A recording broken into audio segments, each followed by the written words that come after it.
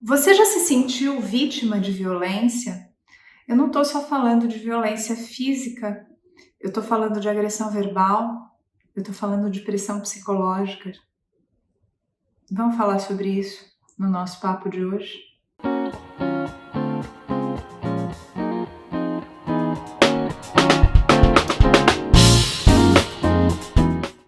Bom, eu tô aqui num cenário diferente, que vai ser o nosso podcast vai mudar por um tempo de cenário, porque eu tô em lugares diferentes. Quem me acompanha no Instagram já acabou vendo que eu tô viajando, eu tô na Itália, tive que vir resolver algumas questões aqui, mas isso é um papo para um próximo papo, porque hoje eu quero muito falar sobre violência. Não é um assunto bonito da gente falar. Muitas vezes a gente tem uma restrição a falar sobre isso, tem vergonha, tem medo, tem vários sentimentos que nos impedem de falar sobre a violência. E muitas vezes, alguns tipos de violência a gente não considera efetivamente como violência. Por exemplo, quando eu falo de violência contra a mulher, você já fica pensando, às vezes, ou eu também ficava pensando, numa mulher com aquele hematoma embaixo do rosto, que apanhou, que sofreu agressões físicas. Isso é violência também. Mas tem vários tipos de violência que podem acontecer com mulheres, com homens, com pessoas. A gente pode ter violência verbal, a gente pode ter violência psicológica. E eu tô falando muito de violência contra mulheres porque o Grupo Mulheres do Brasil, nesse dia 5 de dezembro de 2021, está fazendo uma conscientização para acabar com a violência contra mulheres e meninas. E não só violência física, sim, todos esses outros tipos de violência que eu acabei falando com você. E essas, entre aspas, violências que a gente não classifica como violência de cara, elas são tão ou mais perigosas do que as agressões físicas, porque muitas vezes a gente não se vê violentada nestas situações. Muitas vezes a gente acha que é normal ou que é um temperamento ruim da pessoa, é uma falta de educação, e a gente não se coloca no lugar da pessoa agredida, acaba até dando desculpa em relação ao agressor. Então, por que eu acho importante falar sobre isso? Porque eu já passei por isso e eu até demorei também para perceber que eu estava numa posição de violência, de constrangimento, de abuso. Eu gosto demais, né? Vocês sabem que eu tenho 46 anos e eu gosto demais dessas novas gerações quando elas falam de abuso psicológico, que era uma coisa que a gente não falava na minha época. E é uma violência muito malvada, é uma violência muito perversa e que a gente tem que se dar conta quando está sofrendo disso. Eu vou contar alguns casos que aconteceram comigo, de agressões tanto verbais quanto abusos psicológicos e situações constrangedoras onde a gente não se deve colocar.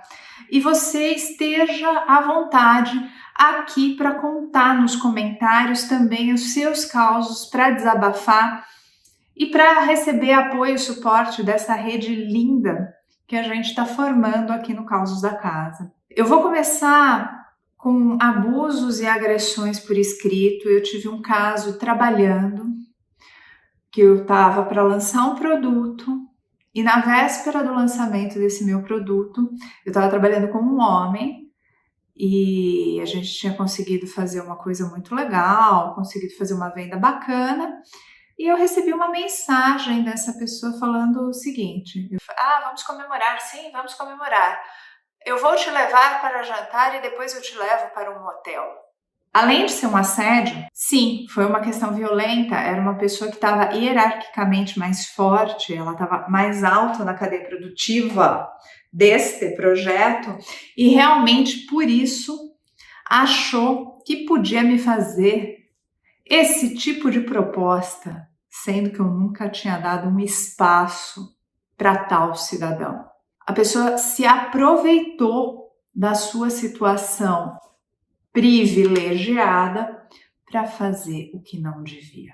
Mais casos de violência e abuso verbal. Por exemplo, me lembro de ter participado de um concurso super legal e eu ganhei, era uma competição super bacana e eu ganhei uma geladeira de última tecnologia. Só faltava a geladeira fazer carinho. Tava super feliz com o que eu tinha conseguido. Aí no dia seguinte eu ouço de um homem também, no caso: "Ah, eu tenho que sair para trabalhar, né? Porque eu não vivo de geladeira." Isso não é só inveja. Esse que é o ponto. Muitas vezes a gente fica olhando e falando assim: o cara tava com inveja, tava mordido, tava com dor de cotovelo. Isso aí não é inveja, não. Isso aí é uma forma de tentar minimizar o que a gente faz. E dependendo de como a gente tá, qual a situação que a gente se encontra na vida, a gente realmente acaba se sentindo inferior, se sentindo inferiorizada, aceitando essas palavras, engolindo essas palavras que não são nossas e acaba trazendo um peso para dentro da nossa vida que não é necessário. Esse é um ponto que a pessoa que falou esse tipo de coisa, você tem que ouvir você não tem direito de falar isso. O meu esforço, o meu trabalho e o meu resultado são meus. Você não tem direito de diminuir aquilo que eu sou, aquilo que eu me esforcei e aquilo que eu me tornei. Muitas vezes eu falo que eu sempre acabei, entre aspas, dando troco, vivendo. As minhas conquistas na vida, a minha postura frente à vida acabou dando resposta para esse tipo de coisa. Tanto para o primeiro, inadequado, quanto o segundo, inadequadíssimo. Mas não é só isso. Na hora, a gente tem que se posicionar contra agressores dessa forma. E, assim, eu pensei muito em colocar isso aqui.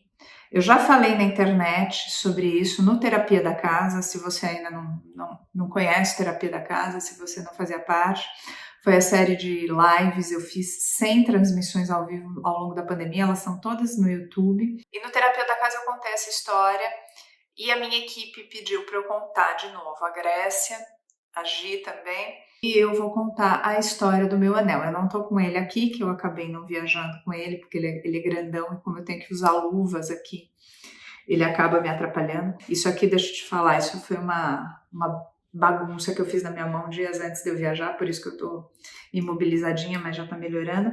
Mas voltando ao ponto do anel, o que acontece? Muitos de vocês já me viram com um anel enorme, que tem um cristal grandão, e que eu gosto muito de usar esse anel. Ele tem um significado muito especial para mim. Ele significa a minha aliança comigo mesma. Por que esse anel tem um significado tão grande? Porque quando eu estava no meu primeiro casamento, eu cheguei a comprar esse anel. Eu tenho os brincos combinando, e ele é um anel da Gasten, e de quando em quando a Gasten tem uma vez por ano, na verdade, eles fazem uma troca de você chega com as peças de ouro que você não tem, que você não usa, eles compram o seu ouro e abatem em peças deles. E eu tinha como objetivo comprar esse anel, eu tenho os brincos, como eu falei, que eu queria esse anel. Eu acabei indo a uma loja, levei um monte de coisa que era da minha mãe que eu não usava, acabei fazendo a troca, comprei o anel e fiquei com um saldo. Eu não tinha o valor inteiro para comprar o anel, eu fiquei com um saldo, comprei o anel e fiz um carnê de prestação pelo valor restante, que juro que era uma coisa que cabia bem dentro do meu orçamento, e voltei para casa toda feliz com o anel. Essa história lá do meu primeiro casamento. Voltei com o anel e aí eu cheguei em casa, mostrei o anel pro meu primeiro marido. Ele ficou muito bravo com a situação. Falou que eu tinha tomado uma decisão sem falar com ele. E o que ele fez foi me fazer devolver o anel no dia seguinte. E eu fui. Naquela época eu não via outra coisa senão eu realmente ir devolver. Voltei, me senti muito chateada, muito humilhada por estar naquela situação. Ele foi comigo, ele voltou à loja comigo, atrás de mim, do tipo, eu quero ver você fazer isso agora. Foi uma situação muito, muito chata. E eu fiquei por anos, enquanto eu ainda estava casada com ele, esperando que ele me desse o tal anel de presente, porque ele sabia que eu queria muito, que era uma peça que tinha um significado para mim, né? Boba eu, né? Boba eu nessa época. E o anel nunca chegou. O tempo passou, eu acabei me divorciando do meu primeiro marido, muitos de vocês sabem, não foi só por causa do anel. Acho que essa história ficou lá guardada, mas não foi só por causa disso. E quando a gente se divorciou, ele estava muito bravo comigo e ele me devolveu as alianças. Falou que ia me devolver as alianças, eu falei, pode me devolver. Demorou um tempo, conversei, falei, me devolve sim, eu quero. E eu peguei as minhas alianças no meu primeiro casamento. Quando teve o mesmo evento na Gaster, peguei as 2 alianças, coloquei para dar uma parte do anel e o resto eu paguei com o meu dinheiro, que eu trabalho duro para ganhar, e comprei o anel para mim. E uso muito esse anel, com muito orgulho, porque ele tem esse significado de pacto comigo mesma.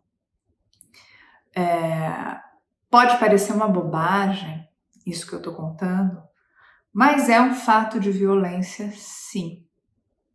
A gente se colocar numa posição onde a gente está violentando o nosso ser e o nosso espírito. E ninguém tem permissão para fazer isso nesta vida, nem em outras e nem em outras.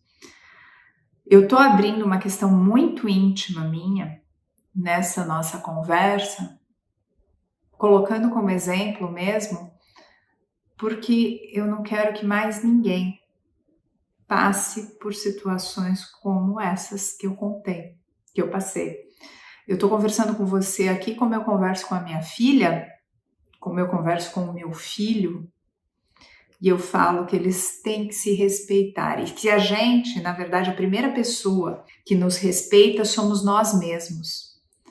Que se a gente não se dá o respeito, ninguém vai se dar o respeito em nosso lugar. Então, se esse papo serviu pelo menos para mais alguém, algum de vocês que está me assistindo, para rever situações, para olhar e falar, nossa, em tal momento realmente aquilo foi uma violência comigo, eu não vou mais deixar isso acontecer, eu já estou no lucro. Eu amo fazer esses papos aqui com a gente. Eu falo, o que eu estou fazendo aqui é de coração, meu coração está sempre feliz quando eu estou conversando com você aqui, porque é o que eu acredito, que quando a gente troca, a gente cresce. Era isso para o papo de hoje e a gente se vê no próximo.